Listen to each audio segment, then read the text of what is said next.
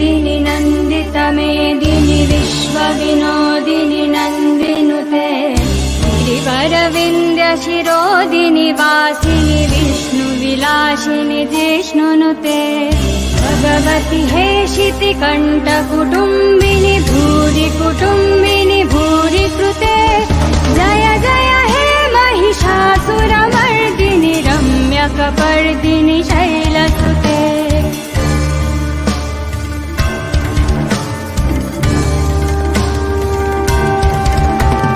सुरवरवर्षिणि दुर्धरदर्शिनि दुर्मुखमर्षिणि हर्षरते त्रिभुवनपोषिणि शङ्करतोषिणि किल्बिषमोषिनि घोषरते धनुजनि रोषिणि दितिश्रुतरोषिणि दुर्मथतोषिनि सिन्धुसुते जय जय हे महिषासुरमर्दिनि रम्यकपर्दिनि शैलसुते जय जय हे महिषासुरमर्दिनि रम्यकपर्दिनि शैलसुते जय जय हे Mahishasuramardini रम्यकपर्दिनि शैलसुते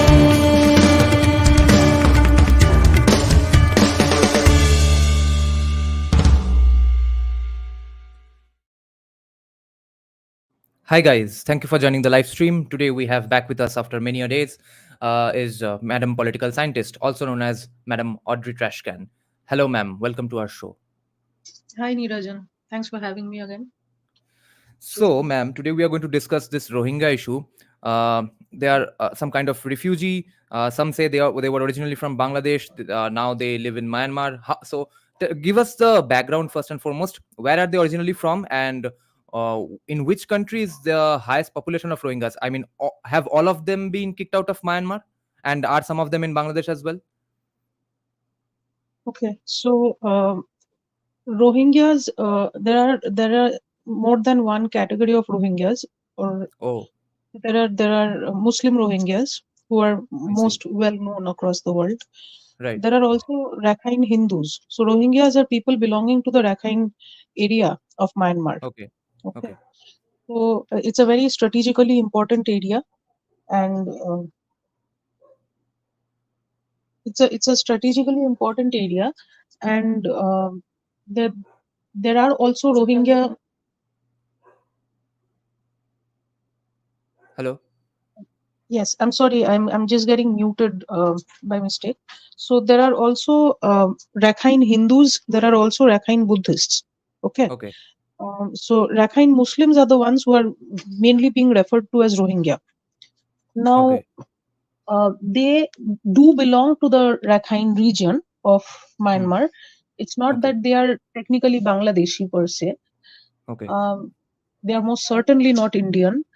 And in the Rakhine region, there is a history of the Rohingyas that we must be acquainted with in order to understand their relationship with the state of Myanmar today. So as we all know, India was partitioned along religious lines, right? Right.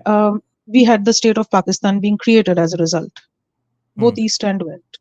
Now, at the same time, when India was being partitioned, of which Jinnah was the mastermind, one could say, the Rakhine Muslims, which is the Rohingyas in the Rakhine area, were also demanding a partitioned state, because the British were also leaving Myanmar at that time. And the Rakhine Muslims, the Rohingyas at that time also demanded that they should be given a separate state of Pakistan. So they basically wanted to merge with East Pakistan. And we must use the term East Pakistan and not Bangladesh, because at that time it was not Bangladesh, number one. Number two, Bangladesh has a specific history of its own, a different history of its own, which also at one point of time was against Pakistan. Okay, so the Bangladesh War of Liberation was also against Pakistan. So Rohingyas at that time did not want to join present day Bangladesh as we know it today. They wanted to join Pakistan. Their mentality, their emotions or their interests were all aligned with those of Pakistan. Okay, so that's one thing that we must first of all remember. And in order to join with Pakistan and break away from Myanmar, they wanted to, they actually persuaded the British government to allow them to do this. They had even approached Muhammad Ali Jinnah, okay, Okay. so that they may be able to merge with Pakistan. But Jinnah even rejected them. So, I mean, that's saying something. But Right. anyway, so Jinnah also rejected them, and as a result, what happened is they remained a minority population in a Buddhist majority state of Myanmar. Yeah. Now, in the Rakhine region, they are a relatively higher. They are relatively higher in number, and there have been a series of sort of they have been pushed out by the Myanmar army a number of Okay. times, Yeah. and it has not been, of course, there has been a bloody massacre involved in that as well. And but every time that the Rohingyas have been pushed out of Rakhine, it has been preceded by some form of terror attack on the part of either the Rohingyas or the ARSA, which is the Arkan, the group that is formed by Rohingyas, a section of radicalized Rohingyas, which demands a free Rakhine state. Okay. Okay. How many times has this persecution of Rohingyas happened in Myanmar, and since when? So there have been, I still have to look through the data, just 1 second. Yeah. But at least in the recent past, the most, the gruesome one and the most, what do I call it? The most, the one that has pushed out one of the largest number of Rohingyas in the recent past was in 2017. But even after Right. that, there had been a steady flow out of the Rohingyas. But Okay. like I said, even in during that time, like for instance, I'll just tell you about the ARSA. I just mentioned ARSA, the Arkan Rohingya Salvation Army. So they had actually attacked a group of Rakhine Hindus, and after that there was this pushing out of Rohingyas by the army. So Okay. So this is in 2017. yes, and before that Okay. also there have been some form of terror attacks by the Rohingyas every time, and then there has been a counter, largely disproportionate attack by the Myanmar army. So of course, when there No, I is mean, a was terror, was all of yeah, that in the like last 20, 30 years, or has there been historically a conflict between Rohingyas and the rest of the people in Myanmar as well? the Like historical 100 years, conflict, like 200 I years said, back? so the historical conflict, like I said, it can be traced back to the time of the partition and the independence of Myanmar. So Okay. right from that era, they have been averse to the Myanmar state. Okay, Okay. this is really not anything new. After all, it is not Darul Islam for them, right? So it is not an Islamic state, and therefore they are averse to bowing down to a kafir government, I guess. So it was against their wishes that they were forced to be a part of Myanmar. They wanted a separate Rakhine country. But your question was something else. Yeah. You asked something else, I think. Yeah, I asked that since when has it started happening? Because I was trying to get to the kind of extremist Buddhist quotient that there is in Myanmar. Have they always hated these people, or were they always responding to the threat that these people had become? It has see there is a disparity in terms of culture, of course, because one group is adhering to a more a Buddhist culture, which is inherently different from Islamic culture. So there is a difference of culture happening, but the political aspect of it has been, it's not like as if the reaction against the Rohingyas happens only because of memories of the partition or only because of memories of how they wanted to separate from Myanmar. It's not like that. Yeah. Yeah. But there have been more recent occurrences of terror attacks on the part of ARSA, Okay. which is why there is a growing division between the two groups. Okay. And I must also mention that ARSA has not been particularly favorable to even Rohingyas themselves, ordinary Rohingyas themselves. So Okay. I wouldn't say that each and every Rohingya is a part of ARSA. That's obviously Okay. not possible. But Okay. uh, there are instances where, I mean, there are documented uh, writings where you will find that even Rohingyas living in camps in Bangladesh have been harassed by ARSA members who have also come to Bangladesh. Hmm. So it appears that ARSA is not only fighting against Buddhists in Myanmar, they are not Hmm. only creating trouble for the Myanmar state and Hmm. military, they are also creating trouble for Rohingyas who have had to leave Rakhine due to persecution by the army. So Okay. it's like it's really not helping anybody. And ARSA claims to say, the claim that ARSA makes is that we are simply fighting for a homeland of our own. That is the Hmm. claim that they make. In fact, there are times when they have even distanced themselves from other radical Islamic organizations like ISIS by saying Okay. that we do not want to be a part of a global caliphate, or that is not our main aim. Our main aim is largely domestic. Hmm. So this is what they say. But Yeah. even that domestic aim that they try to achieve is Hmm. not achieved through very democratic or very peaceful means. Because Hmm.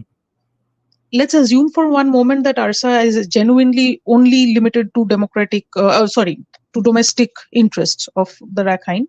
Even then, what was the point of attacking the Hindu Rakhine Hindus? There was no Hmm. point to it. Nonetheless, Hmm. scores of Hindus were murdered, and this has been documented even in Amnesty International. So you don't Okay. have to go to right-wing sources to find out how many Hindus were killed. So Okay. many Hindus in Rakhine were killed. As it is, Hindus there are a double minority. Like Yeah. they are even lesser in number than the Muslims there. Hmm. So it's a Buddhist majority state, but Muslims are a minority, and even smaller minority are Hindus. So Hmm. there is really no logic to attacking such a tiny minority who are not a political threat to you, who are Hmm. not even a part of the Myanmar army or the junta government, or not even, a lot of them accuse, what's his name, Vidatu, of spreading Yeah. Yeah. some form of hate against the Rohingyas. But the Hindu Rohingya, the Rakhine Hindus are not even a part of that. They are, Hmm. they are not a threat to begin with, and yet they were the ones who were attacked. And many of What was the starting point of that commotion? Like, were they trying to do forced conversions, or how did that get triggered? So, the way it's been reported in the media, like this is most of my um, data is mainly from publicly available sources. Yeah. So all of us can actually go and search for this. The way it's Hmm. been reported, it just says that there was a time that they used to live as neighbors. Okay, Yeah. Yeah. so they had no choice. It's how Hmm. all of us live. So Yeah. they used to live as neighbors, but Hmm. it's almost like as if overnight the attack just happened. There is Hmm. no, it's not like as if they were it's not like as if Arsa was provoked to attack. The Okay. very existence of Hindus was as if reason enough for them to be provoked.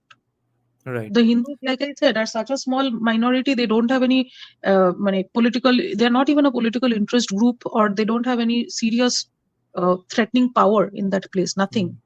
Yeah. So And yet Hindus in they are the Myanmar are like perpetrators. the Dalits of Morijhapi. So they are so Yes, harmless and yes, so yes, insignificant in numbers that no one yes, gives a shit if they get killed. Ma'am, can true. you elaborate on this one question on your screen? Can you see it before we move on? This will also set some context. Someone has a regular viewer of ours has asked that can ma'am tell something about how did Rohingyas get converted to Islam at all? It's far away from many Muslim areas, right? Okay. So, okay, I actually need to dig up a little bit more on that. Hmm. I had in the past, but I need to refresh my memory about Okay. that. Yeah. I think there was some amount of cultural mixing due to some people arriving in that region. That's how most of these religions spread, right? I mean, uh, by a What is few. the approximate timeline? This must have been long before the independence of Myanmar.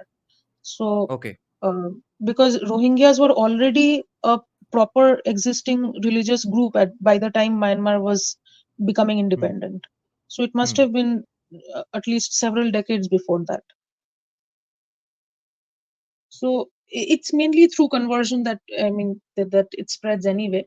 But the problem is that it was not just limited to religious conversion, it also became a political affair. And later on also it continued the political demands. So even ARSA still continues to demand a separate state for itself. So yeah. Okay. Okay, ma'am. Then go on. So when do they start getting entry into India, and how many of them today remain in Myanmar? Okay, I don't have the exact number for how many of Hmm. them are still there in Myanmar, but there is still a Rohingya population there, because there is still a migration happening from Myanmar to Bangladesh and sometimes to India as well. And the problem is that what we must understand is people seem to think that India is unwilling to keep Rohingyas, things like that. But Hmm. first of all, technically speaking, India is not obligated to. Okay. Hmm. India doesn't have a refugee law which obligates it to keep Rohingyas in the country. Secondly, yes, India has been a safe haven for victims of religious persecution, but there is a difference between being a victim, a unilateral victim of religious persecution, and being a victim who is a victim due to some previous history of conflict. Okay. And India must also, I mean, India has already suffered from one partition, right? The memories of that partition still haunt us till this date. There is a generational trauma that continues, maybe not in all families, but there are some families where the trauma still continues. Hmm. And the very logic by which this partition was demanded in India, that is the Hmm. same logic that was used by Rohingyas back when Myanmar was seeking independence. Like I Hmm. said, that their allegiance was primarily to Pakistan, not to Myanmar. Hmm. Hmm. So these are factors that we must account for before we just jump on the bandwagon and say that India must take care of Rohingyas. Okay. So, are Because they this is legally one, here? no, they are not, as far as I know. See, for them to be legally here, they have to be coming by plane, by some form of legitimate mode of transport, showing their passport, things like that, right? Yeah, they have to But claim, these they are have people. to demand refugee status and stuff, and they have to show that they have been persecuted. Has all those Yes, procedures been done, or they have just randomly entered like any other illegal Bangladeshi? they have mainly entered on their own. I mean, the I see. procedures have not been completed, and they have mainly Okay. entered illegally, and Okay. they have made colonies for themselves across Right. in Right. many That parts is of so. India, including Yeah. Yeah. Jammu. West Bengal is a big Yeah. Yeah. hub, Yeah. and then there is also in Hyderabad they have some areas, and I believe also there are some pockets of Delhi. Probably, I'm not sure about Delhi, but Right. Right. Yeah, I've definitely heard of it. West Yeah. Bengal, Hyderabad. These are big Yeah. places Yeah. where Rohingyas are living. Exactly. Yeah. Even Kerala. So yes, yes. Now, So yeah. how are so many Bangladeshi illegal immigrants plus Rohingyas entering India? How much of a failure is the BSF supposed to be blamed on? I mean, is it all because of them? And if so, what the fuck? Yeah. So this is actually a good question, because see, there is not just the BSF, but there are bigger political leaders at work who who want them here, right? Who would benefit from having Rohingyas How in do they India. bypass the BSF So in authority I cannot. or Yeah, I am not sure I'm equipped to answer that question, because, like I said, hmm, most of my study has been from sources on the net and from media hmm, reports. I have yeah, not physically visited any right, camp or spoken to anyone who has crossed over. So hmm, I'm not sure I'm the best person to answer how exactly the logistics of it, how they go okay, about it. okay, um, but I do believe that without significant support from the politicians, such as Owaisi himself has already said openly that how much he supports Rohingyas, and hmm, how he believes that we should take care of them. hmm. So, and his logic is that India takes care of all other refugees, why not Rohingyas? But like I just said, that Rohingyas are not the same as all other refugees. First of all, Which because other of, refugees have we really taken care of? if not taken care of, then at least accepted and tried to, you know how the refugees from Pakistan during partition, or the refugees from Bangladesh even after 71, things like that. Or, I see. uh, or for instance, India does have a history of accepting religiously persecuted people from across the Yeah, world, but that because was before such a Oasis family was people, born, so that can't be counted here. yes, that's true. But he Yeah. does he does Hmm. talk about how the Indian culture is all about acceptance and all of Aha. that. But Wow, Modi ji. yes, Wow. but the problem is that, you accept, that's great, but let's not forget history while we go around accepting people. And Hmm. secondly, I don't want to, again, I don't want to generalize all Rohingyas under one umbrella. Hmm. But the fact is that not just in India, but in various other countries as well, wherever Hmm. they have settled, they some of them at least have Hmm. been radicalized, and they have Hmm. been involved in terror activities, including Okay. some of these Southeast Asian countries like Indonesia, Malaysia, and all of Hmm. that. Hmm. So I don't know if you've heard, but a few years ago, I think in Hmm. 2014 probably, there was a blast in West Bengal near Bardhaman. It's called the Which year? Khagragar blast. Oh, yeah, yeah, yeah. Probably in Yeah, yeah. 2014. There was a No, no, Khagragar I think much later. tornado. Much Yeah, later, I think. no, probably October 4, as far as I remember. But we Okay. can Google about this Khagragar Yeah, there in have been Bardhaman. so many blasts in West Bengal in the last 10 Yeah, years. I've obviously yeah, not kept track. yeah. So, but it turns out that one of the masterminds of the terror activity was a person named Khalid Mohammed, whose Hmm. alias was probably Abdul Noor, and he Okay. had worked with the JMB which is the Bangladeshi terror group in Okay. Bardhaman, and he turned out he was from Myanmar. See, at any I rate, he was see. a Muslim from Myanmar, so one Hmm. can assume he may have some Rohingya background. And he was Right. also, found in possession of ISIS literature and Okay. running terror groups across the border. Okay. So, and this is all available online. You can find news on this Yeah. online, Okay. so you can verify quite easily. Now, therefore, what to do with this border of ours? I mean, shouldn't open borders, the commie argument, shouldn't open borders be a thing? Because after all, nature was created by God or the universe or by spirituality, and we evil humans created nations out of it, and borders, evil borders, and katatar out of it.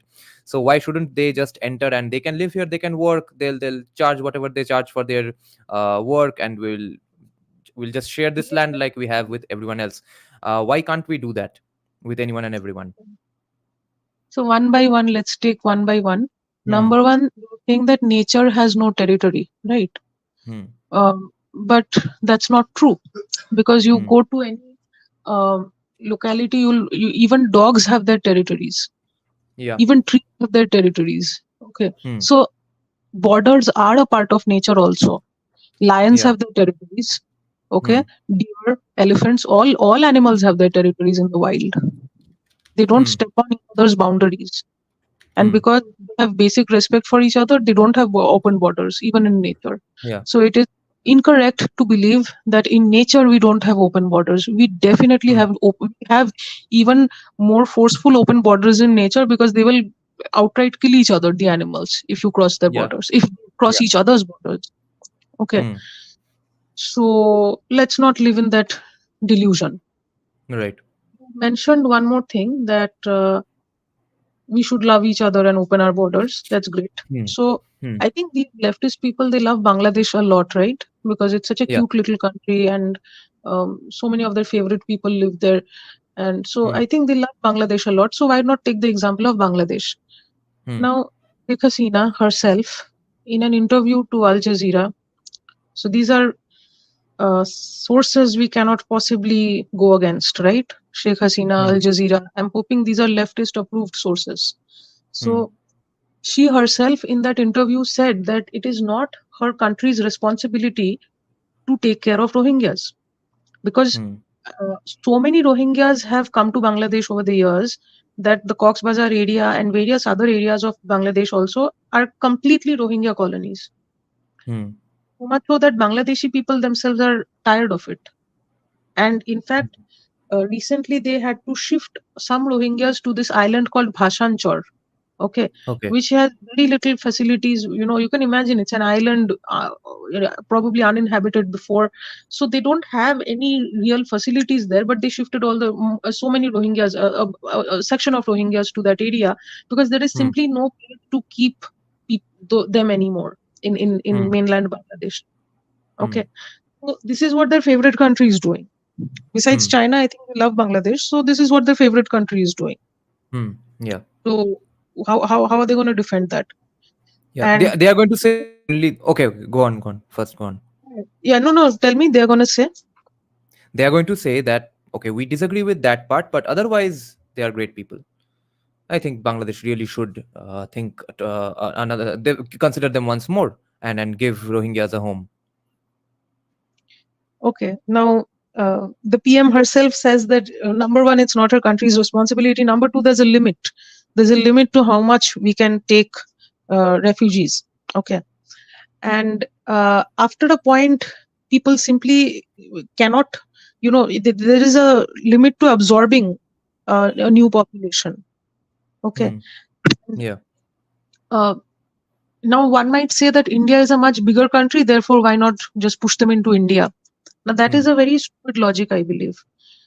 Number one, just because it's a bigger country doesn't mean that you make it the beast of burden. Okay. Hmm. Number two, why shouldn't India learn from the mistakes of Bangladesh? Hmm. Bangladesh already made this mistake of accepting too many Rohingyas, and now they Hmm. are saying that we cannot take in anymore, and in fact, it's time they leave. Hmm. So why should India make the same mistake? Yeah. I Thirdly, think instead of yeah, go on. No, thirdly, we cannot deny the cultural issue that this is a population whose ancestors had demanded partition and who had demanded to be merged with Pakistan. Now, Hmm. how on earth could India, which has suffered due to that partition, same partition, which Hmm. has suffered massacres and genocides due to that same partition, how can we forget that and just accept Rohingyas? Okay, Because you we can't really cannot, blame the descendants for the mistakes of their ancestors. not mistakes. Do they believe that those were mistakes? Do the descendants believe that their That ancestors is the had made a question. mistake? Do they Right. not want the same yet, even now? Yeah. That's the question, right? Yeah. Yeah. Now I think a lot of commies are not going to say that India is a big country and therefore let them in. They are going to say that India is a richest country. तुम हिंदुत्ववादी लोग तो बोलते फिरते हो कि ये fifth largest economy है, fourth largest economy है. Therefore, you can afford to have them here. Just like Bernie Sanders, who America became America because they never listened to Bernie Sanders. But Bernie Sanders uses America's success to say that, see, we are the richest, most prosperous country in the history of humanity. Therefore, give everything away for free. So that way, commies and congresses who have kept India down and have termed it the Hindu rate of growth and supported that terminology are going to say that, see, now it's a fifth largest GDP. Now it's going to be third largest GDP pretty soon. Therefore, why can't you afford to have Rohingyas inside the country? Hmm.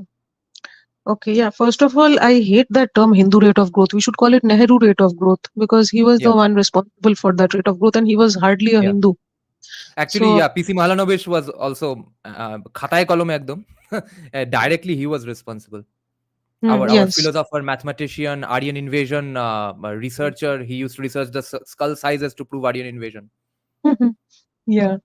Okay. So, another thing is, can we deny that India has a majority Hindu population or at least a majority Kafir population?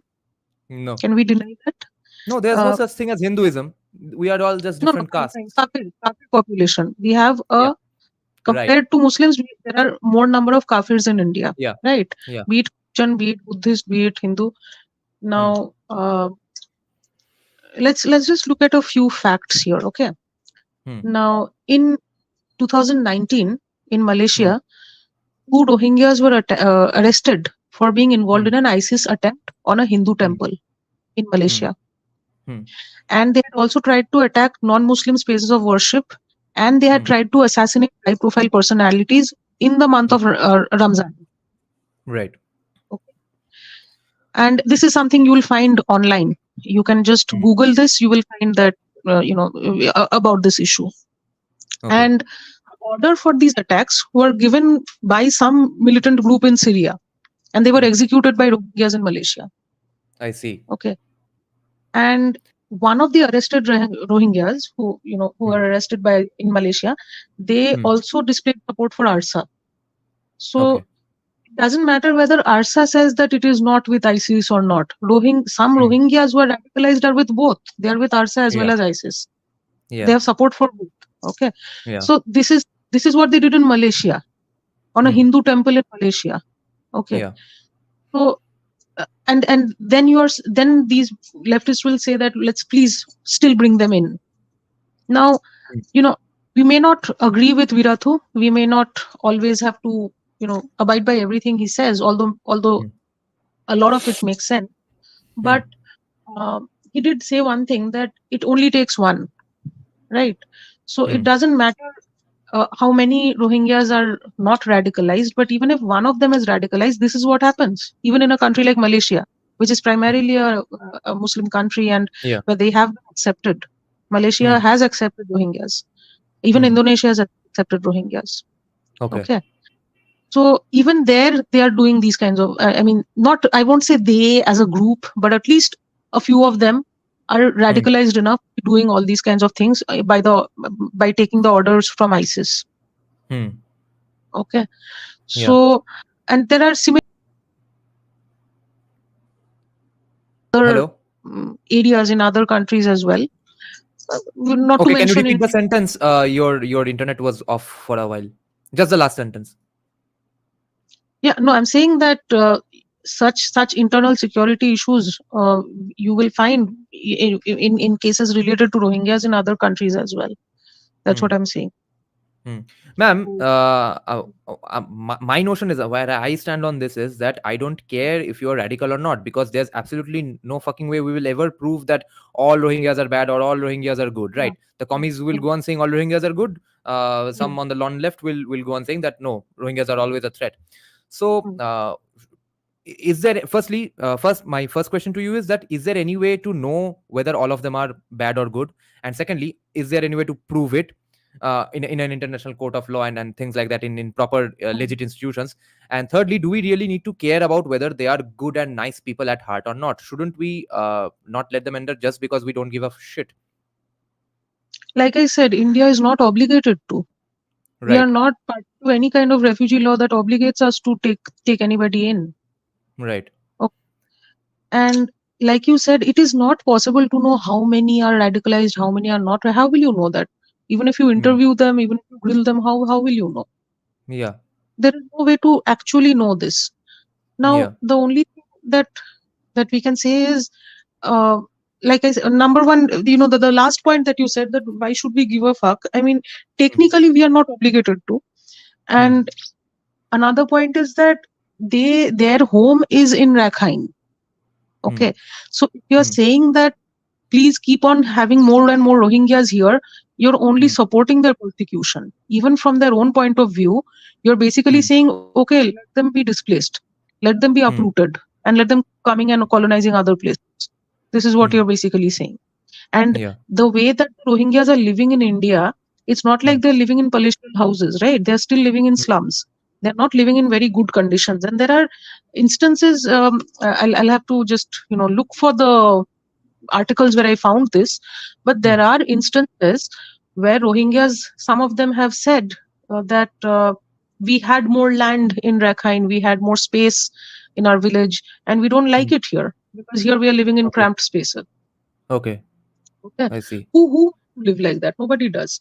So Okay. they are. I believe that they are being basically manipulated.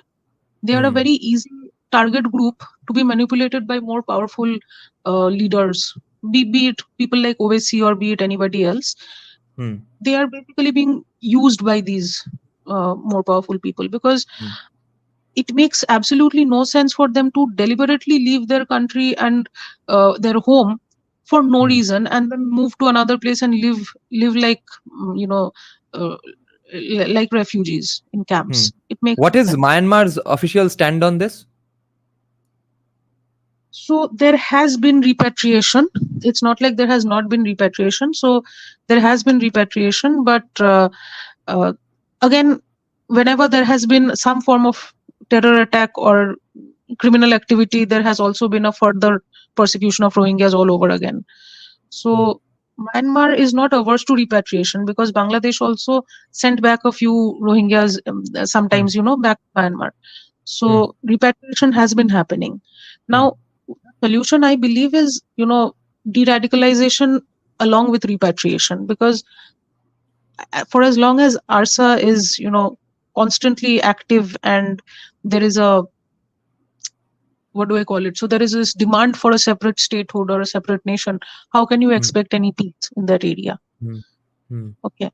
So, and Do they? like Does Hmm. Myanmar's foreign ministry or something equivalent of that kind ever give an explanation that why did they kick them out and why are they repatriating them? What's their plan? When are they going to take in all these people who are in India now? Is there any conversation between Bangladesh, India, and Myanmar on these topics? Okay. So I'm not sure about what goes on inside, but from what we know in the public domain, there has been some talk of there like I when there was an attack on the Amarnath Yatris in India, Myanmar had actually spoken up Okay. in defense of the victims. Okay. Okay. And then, I think recently, when Modi had visited Myanmar, or not Modi, sorry, there was another leader who had visited Myanmar, and there was some talk of how there is a need for mutual understanding and peace and repatriation. Because, always sending the Rohingyas away from Myanmar is never a solution. So these are some of the, floating things that we hear, but I cannot really give a solid answer to how the talks are going on behind the scenes. Now, how do you think we can handle the infiltration problem in future? Whoever has entered. What's the next step and the next solutions now? Now, even for whoever has entered, there is always the scope for repatriation, because India has still not accepted Rohingyas as as refugees. So they are living here. It's not like they are being forcefully deported yet, but there is still that option of repatriating them, and perhaps some talk of peace after that. Aren't they Now, getting all legal documents by bribing local netas and stuff? I've heard that this is also happening. I've heard that they are procuring some form of identification so that they may continue to live here, because after all, their persecution there is also extreme. So some of them might be unwilling to return. Yeah. But that is also a huge problem, because in a country like India, where we are a democracy, so you have such people infiltrating and then turning into voters, fake voters or whatever. That is a huge Yeah. problem. I mean, that is like hollowing out our democracy. Can the So NRC really track these guys down? I believe People they who can. have people who have already taken the bribed up versions of their citizenship and documents. I believe it is possible, because Okay. we are not part of the law enforcement. We don't know how they work, but we do know that they have spies, they have agents reporting to them, right? These law enforcement people, the police, they do know everything.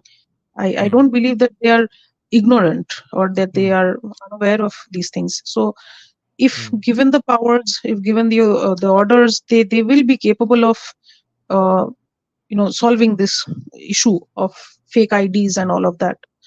It's not, I mean, I'm sure they have spies in place who are working for them, but yeah, it's going to be a massive task, of course, considering the number of people still trickling in. So Yeah, yeah. exactly. No, we are saying that we need to have faith on the law and order that they will track these people down. But law and order is the institution which let them in the first place. So we are stuck between a rock and a hard place here. Yes, and also I don't think it needs to be said that in West Bengal, which is one of their gateways, the law and order situation is hardly something to idealize. So in a state like this, where leaders themselves are criminals, How Hmm. can you expect good law and order? So if we have better leaders who will actually impose law and order properly, then there may be some hope. But the leaders themselves don't want these Rohingyas to leave. Hmm. Then what can we expect? Yeah. Now, where do you see Bengal in the next 100 years? Do you think it will still be a part of India, Oh, I keeping in I mind should. demographics? Uh, See, the thing is, um, I look at it this way. It's difficult to predict the future, of course, but I look at it this way. Yeah, make If an I'm educated guess. It's a guesstimate. yeah, yeah. So the the way things are going, what alarms me the most is what's happening in the rural areas. Okay, Yes. we sitting in urban areas, we don't even come to know that the rate of conversion that's happening in rural areas. Entire villages are converting. Yes. Okay, and And they are that no-go zones, not just normal yes, conversion. yes, they're kind of like no-go zones. Yes, quite a Hmm. lot. Because I mean, Yeah. at least I've never tried going there, but Hmm. I don't know if I go there whether I'll be able to return or not. So at any Hmm. rate, the point is that the rural areas are the base of our society and economy. Okay, Hmm. so once those areas are captured, it is alarming. Hmm. So thinking of it that way, I don't know. I don't have too much hope unless Hmm. Hindus themselves wake up. But Wake up and do what exactly?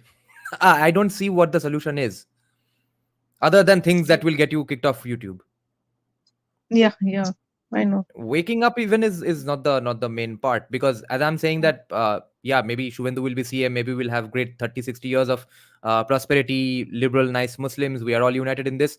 What happens when the next call for reform comes and there is a ready demography in place to to Huh. to to carry on that call?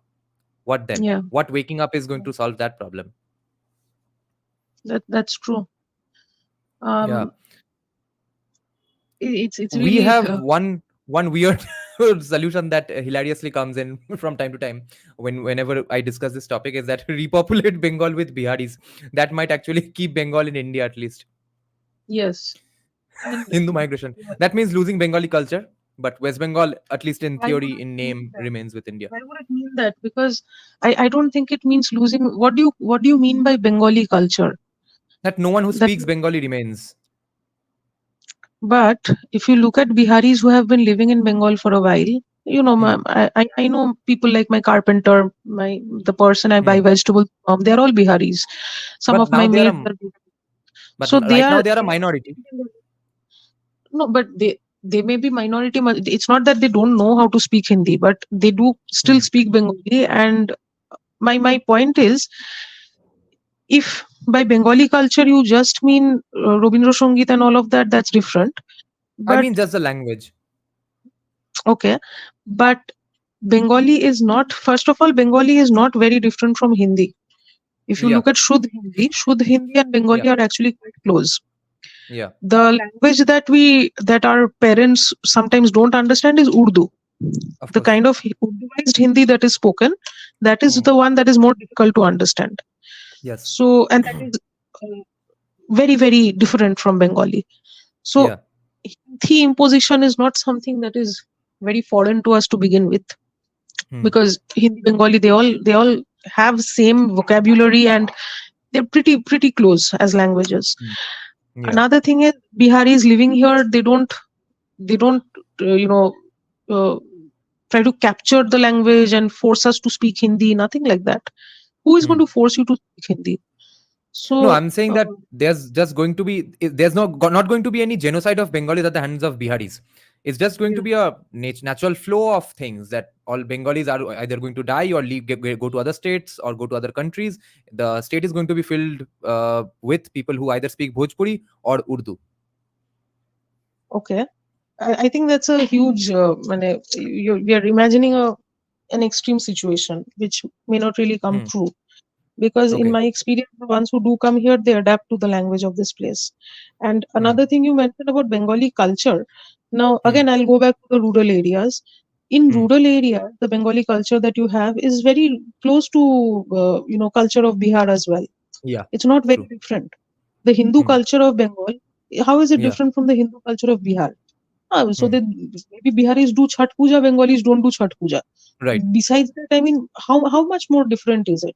Yeah, In terms of clothing, also in terms of attire, in terms of you know religious festivals, there are true. so In many similarities. religious sense, not really, not too much difference. Yes. So besides religion, what is even the issue? So Bonkim, Bonkim Rabindranath, at least. well, I believe that if Biharis or even Bengalis begin to read Bonkim, he is Hmm. one of the proponents of Hindutva, first Yeah, proponents of Hindutva, right? yeah. So how would how would that? I mean, I don't think anyone who is Hindutvavadi would be averse to Bonkim if they actually Yeah, start reading. yeah. And there is this elitism among Bengalis where we think that that Biharis will not understand this, or they will not. I don't know. They will not retain this culture, but honestly, I've seen Biharis who are way more intelligent than Bengalis. It's not that they cannot have the capacity for this kind of literature. Yeah, So of course. Most numbers of uh, IAS don't come from Bihar yes, for no from reason. Bengal. Yes, and they don't Yeah, come from Bengal really. yeah. So uh, anyway, the Now, point is that Bengali yeah. culture that we are worrying about, if it's Hmm. the culture of Tollywood and all of that, I really don't Hmm. mind losing that culture. Hmm. It's really, I don't see that as Bengali culture. Hmm. And as for the religious aspect of it, I don't think we are losing it. Hmm. Biharis respect the religious part as well. Yeah. But Uh, anyway, yeah. Go on. anyway, it's not happening. Biharis are not overpopulating Bengal anyway. So this is a hypothesis that we are living in. It's not a So hypothesis. It's going to happen in 100 years. But only Biharis might be able to save Bengal, according to me. If by yeah, saving Bengal, I mean having this landmass called West Bengal inside the country called India, yeah, yeah, because that call for reform is going to come sometime or the other. These things don't yeah, just die out. Someone is going yeah. to again. It has happened so many times. Someone is again going to give a Mm, clarion call that no, no, this is not true Islam that's going on. Let's return to authentic Islam, and everyone's going to mm, get motivated, and they are going to be living in a hypothetical second biggest economy or the third biggest economy, and by then our GDP per capita is probably going to be 30-40 thousand dollars, and they are going to be rich enough to also do nice fun stuff for themselves. And at that mm. point, uh, I don't see how. See, police law and order can only do so much. How is a 70-80% fascist population going to be tackled by 20% uh, people who like bonkim, no matter how woken up you Mm. are? What about the TFR though? Is there any way you see Hindu fertility rate ever reversing? Maybe with the help of some government incentives and stuff. Problem is most government incentives are encouraging girls to delay their marriage. Okay, Hmm. the fertility going down is primarily because we are marrying late. Look Hmm. at our grandparents or even our parents; they married earlier. So, Hmm. and most schemes are encouraging girls to finish their education, finish their higher education, Right. maybe get Hmm. established and then marry. Now, Hmm. to be honest, being a woman myself and having seen other women go through a lot of suffering due to early marriage, I'm Hmm. not totally against this, and I Hmm. myself also married late, so Hmm. it's not something I'm totally against. I understand the impulse and the need for it. Yeah. Now, problem is, not all girls are meant for the job market anyway, or Hmm. the market, the business market, job market, whatever. Not Hmm. not all human beings, for that matter, are supposed to be competing for jobs. As it is, there are limited jobs. On top of that, Hmm. there are people who have been skilled at it and who have been working at it for many years. So Hmm. uh, I have seen that there are young girls who are simply not suited for this kind of a competitive market. They don't have the brains Hmm. for it, they don't have the training for it. Okay. Hmm.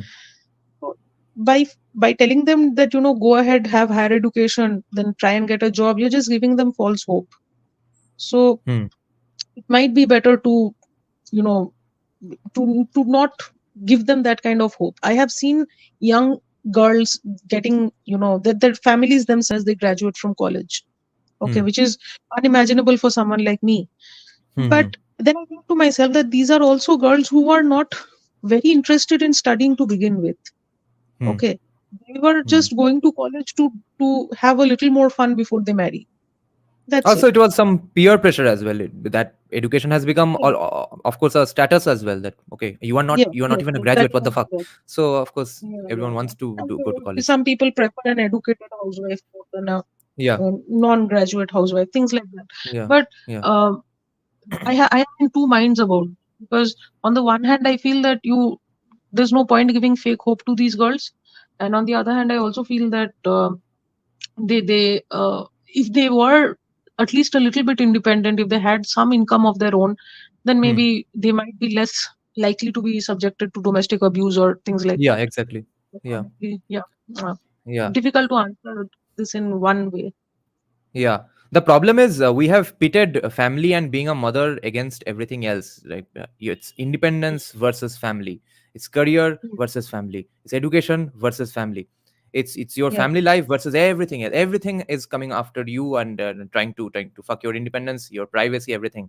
That is the problem. I think we need to still put family and being parents on a pedestal and as an yeah, aspirational model through media, pop culture, but also promote education. That if you do want to study, here's studying and education for you, but if you don't, yeah. it does not mean you are a fucking loser. We have started Yes, yes, absolutely. Yeah, pretending that everyone who doesn't study and become the girl boss bitch is a loser. That is the problem we need to yeah, reverse as soon as possible. yeah, exactly. And And in fact, yeah, yeah, go on. this yeah, sorry. Okay, so this dream that we show to these young girls, that Hmm. you can do it, you can become independent, earn your own money, and Hmm. we tend to make them think that they have a career, that they have a scope for growth, intellectually and economically. Okay, still Yeah, most of them end up in these mid-level jobs, exactly, which pay the rent. So, but a lot of them might even be frustrated at those jobs because they exactly. exploit. So instead of Yeah, getting, taking care of your children and possibly getting somewhat exploited in the house, you're going right, out and allowing yourself to get exploited by your boss. Okay, right. 9 to 5 job is no joke. Okay, Yes. so And if um, at all it was a 9 to 5 jobs, today most jobs are 10, yeah, 11 they are hours. not 9 to 5. Exactly. Yeah, yeah. and So and most jobs are like that only. Most jobs are uh, just slaving away jobs so that you can earn some money and feel proud of yourself because you have a mm, family at in the end. mm, But mm, it's the women who are being the bigger losers in this case than the man, because the man at least mm, thinks, yeah, I'll go home and at least have sex with and see my two kids. But the mm, woman who has not gotten married because she thought that she is going to get that job and feel like the queen of the world now is working mm, 10, 11 hours, and she doesn't have a family as well to spend that money on. mm, What else is mm, there to how much are you going to go on having sex and have drugs and alcohol on the weekends for how many years? That yeah, hope and that independence is going to come to an end sometime. yes. And then you end up with a bunch of cats thinking Yeah, that's very cool. yeah. See, Now, I yeah, am not a person who believes that every girl should be, forced to marry or anything like that. Okay, because I know people absolutely. who are unmarried and happy also. Hmm. But but it's just that, if you are brainwashed into thinking that Right. you're stupid, you're not stupid. I'll not denigrate it, but your job is somehow your greatest achievement in life, and that you Hmm. could not have done better with a child and a family, Hmm. then I believe you're really, really misguided, and Yeah. you're going to be very unhappy. After Hmm. all, really what matters in life is that we are happy, and Hmm. this is a Yeah. recipe for unhappiness. Yeah, Yeah. Yeah. And but not too many people know how to be happy. Not too many people even know what happiness is. yeah, Short-term gratification, just fun is not happiness. Satisfaction no, is just not happiness. no. What are your main hopes in terms of the education industry or the education sector from the upcoming government, whoever wins, whether it's Rahul Gandhi or Owaisi or who are the other candidates, or Narendra Modi, as someone in the academia? Okay, so like I'm really um, I'm glad that this government has instituted the NEP, because the Hmm. NEP allowed for a lot of freedom of students Hmm. to rejoin. after leaving college.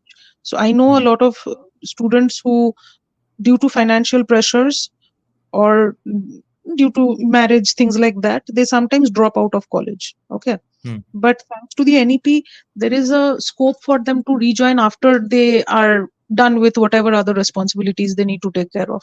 Whenever they Hmm. have the scope, they can rejoin. Hmm. So that is one very good aspect of NEP. There is also the provision whereby children in schools are taught vocational skills. This is another Hmm. very important thing I feel, that Right. we are taught things in school that are necessary for some jobs, but Yeah. we are not taught things that are necessary for daily life and for landing on our feet Yeah. soon after school. So Yeah. to that extent, vocational training and all of that it's great. Hmm. I don't know what the India Alliance has planned in terms of education. I've not Hmm. kept track actually, Hmm. but if I can mention a little bit about the Trinamool government and its effect on education. I don't know Hmm. if you know, but in Bengali medium schools, in some history books, there is the Shingur movement is included as a part of the history book in Hmm. some schools. Okay, Okay. I mean, where do I even begin? Uh, I mean, the Shingur movement in history books, that should speak volumes in itself. Secondly, Yeah. I've noticed a strange thing that in children's books, like say Hmm. very very small children, like maybe even LKG, UKG, or 1, 2, 3, এরকম, মানে very very young children's books, Hmm. textbooks, Hmm. Hmm. there is an abundance of Islamic names in the Hmm. names of the characters. Okay, Hmm. so you can find a lot of Abdul Chacha and Mia, this, that, Yeah. Yeah. a lot of these Islamic names, Arabic names. Hmm. But when it comes to Indian names, there's Chintu, Mintu, Pontu, Pontu, things like that. Hmm. Okay, so Right. it's like Hmm. this is something very subtle. People may find Hmm. it very innocuous, Hmm. but I think it's not so innocent. Okay, Hmm. Yeah. why Of course. from such a young age, from class 2, 3, you are Yeah. having textbooks which are, and this is in Bengali medium schools. Okay, not I don't know about English medium, but Hmm. why is it that you have textbooks which have either Arabic names or nicknames? Yeah. Where are all the new names going? Okay, Because that is and the naming pattern of Bangladesh, right? They have Arabic names, then one Bengali Hindu nickname. yeah, not It will be Hindu. like Habib Nurmagomedov Pintu. Yeah, I see. The thing is, they don't have Hindu nicknames. They have Bengali nicknames, like very Right. secular Bengali nicknames. Like Right. they Right. will have names like Shagor and Hmm. I don't know, Polash, or things like Yeah. that. Yeah. Things Rezwana like Chaudhuri Bonna. Yeah. Bonna. Hmm. So the thing is, these are not Hindu. These are just, there's nothing religious about these names. Yeah. Yeah. So anyway, the point is that I think this is a very alarming trend in children's textbooks. Now imagine these are the children Absolutely. at Bengali medium is the mass education that is happening in Bengal right now. Most children of Bengal, majority children of Bengal don't go to English medium schools really. A Yeah. very few Absolutely. privileged minority go to English medium. Okay, Yeah. most people send their children to Bengali medium even today. Yeah. Okay, because they can't afford more Of course. than that, simply because Yeah. of that. So imagine at the mass level, children are being trained in such a subtle, subliminal way Exactly. Yeah. to be more acquainted with Arabic names than with Hindu names. Yeah. Okay, and another thing is, even words like khala instead of Yeah. pishi, Fufa. Hmm. words like fufa, sorry, fufa, yes, fufa instead of, I think fufa means Yeah. pishe moshai, right? So I have no this fucking clue. Khala, Fufa, Apa, these words are annoying, and I see them yeah, all the time in West Bengal government's textbooks these days. exactly. So why these are all Urdu names, I think, as Yeah. far as I know. So why these Urdu terminologies in Bengali textbooks? Hmm. We literally have a Bhasha Diwas to celebrate our triumph over the Urdu imposition, which happened Hmm. in Bangladesh. Yeah. And now we are putting Urdu words in Bengali textbooks. What the fuck is happening? This is a total, Hmm. like, all the martyrs of Bhasha Divas are turning in their grave. We Hmm. we had martyrs who died for this language against Urdu imposition, and Hmm. today, including Muslim martyrs, I mean, primarily Hindu martyrs, but even Muslim people, they were martyred for the Bengali language in Bangladesh, and now we are imposing Urdu in our textbooks. What the hell is happening? Yeah, I guess it's time for those martyrs who are rolling in their graves to realize that they were not really dying or fighting for a language. They were dying and fighting because Mujib was pissed off that they were Yeah, not being paid enough heed in the Pakistani parliament. yeah, Sucks. right. Hmm. But you bring up a very important point because this needs to be reversed as soon as possible whenever a Another thing, non-Bangladeshi chief. Yeah, yeah, go yes, on. yes, this needs to be reversed absolutely, because see, this is the next generation being framed. Hmm. Okay, they are being Yeah. constructed in weird mixed Urduized way. And Yeah. another thing is, I had mentioned this in a previous podcast also, the removal of Juktakhor. This is Hmm. dangerous, absolutely. There is Hmm. no, for generations, Bengalis, and not just Bengalis, Hindi speakers, Sanskrit speakers, all Indian language speakers have been Hmm. using Juktakhor. Hmm. And suddenly they are removing Juktakhor from our textbooks, and Hmm. children are being taught, a oversimplified version of that. This is an attack on Hinduism as well, because, like I had Hmm. told you before, the Juktakhors are the alphabets of Bengali, the Bengali alphabets, and also the Sanskrit alphabets. They are connected to Hinduism as a religion. They're connected to the Hmm. Shakti Pithas as well. Hmm. So this is And an attack on the sacredness of our language. yeah, the subtle messaging that's being done in the schools that you are talking about, that Yeah. needs to be reversed as soon as possible, because that's already going on in Bollywood, and recently started in Tollywood in the last 10-15 years, and has been going on in Bollywood since before we were born, since Yes. the 70s, I guess, when the petrodollar came into Bollywood Yeah. through ISI, Dawood, etc. It has gone on for so many years.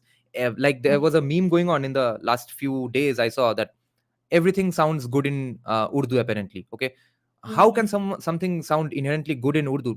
Like today, if I say everything Andrew Tate says in Sanskrit, people will think I'm some insanely wise guru. No, actually, Sanskrit sounds better. But Mm, the aspirational model created in the mainstream by Urdu and mm, Bollywood, mm. absolutely made up out of thin air. So we are Exactly. already on the losing side, and it's now being Everything does not. emphasized more. I mean, it's the reverse actually. Everything sounds much worse in Urdu, because I had, no, First of all, you really, can't even understand it. It's a you yeah, spend 15 minutes pronouncing the KH properly. yeah. And secondly, I had come across a post a long time ago, back when I was still on Facebook. I had seen this post that the term aurat and the term nadi, Yeah, the kind of emotions the two terms evoke are so different. yeah, Aurat, the moment you use the term aurat, there is almost a demeaning aspect to it. yeah. The, how can you respect someone and call them an aurat at the same time? Hmm. Also, like, but when you use the term nadi, like, there is not a similar variety of demeaning, feeling when you Yeah, use the term. Or yeah. like jal and pani. The pani Hmm. jal में उतना demeaning वाला चीज नहीं है, but Hmm.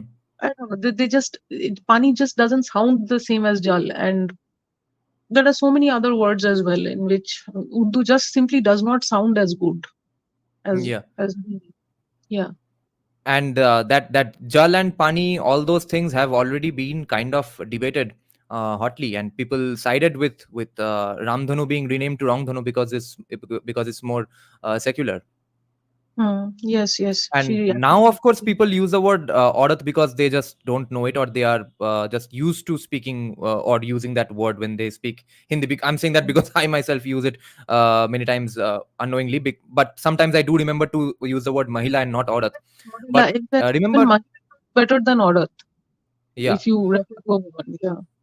Yeah. yeah. Remember that a few years back, a commie slogan in academia came up that you are just your breasts. If you're a woman, you are just your breasts. You are just your vagina. But the word aurat literally means that. The entire word means that just you are just a person who has a vagina. What a weird thing to do. And now, of course, anyone who doesn't uses the word aurat doesn't mean it that way. But you can understand through this etymology how that society or culture looks upon women. Yes, yes. I didn't know this, that Aurat means just that. Yeah, Okay. aura is vagina. Okay. Okay.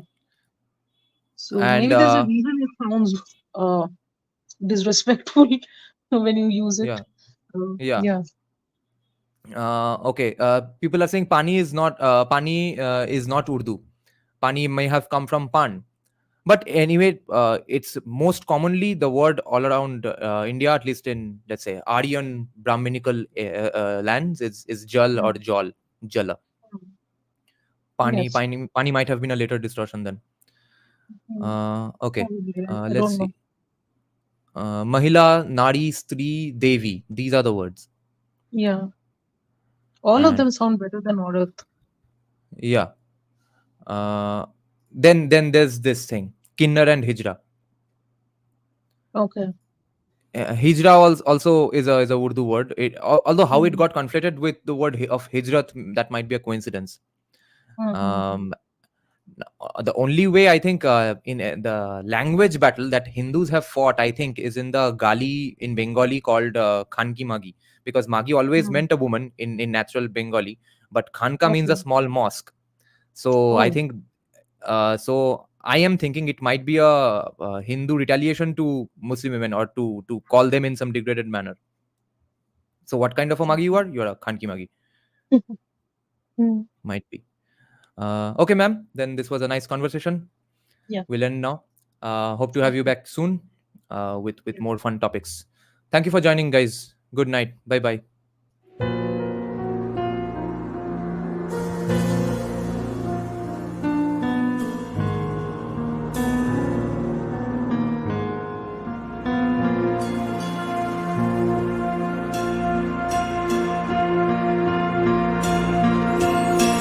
वंशवरूढं महाभीमं दुराद्रष्टाम्बरप्रदम् हस्य युक्तं त्रिनेत्रं च कपालकर्णिकाकरां मुक्तकेशीं ललज्जयवं पिबन्तीं रुधिरं चतुर्बाहु समायुक्तं वराभयकरं स्मरेत् चतुर्बाहु समायुक्तं वराभयकरं स्मरेत्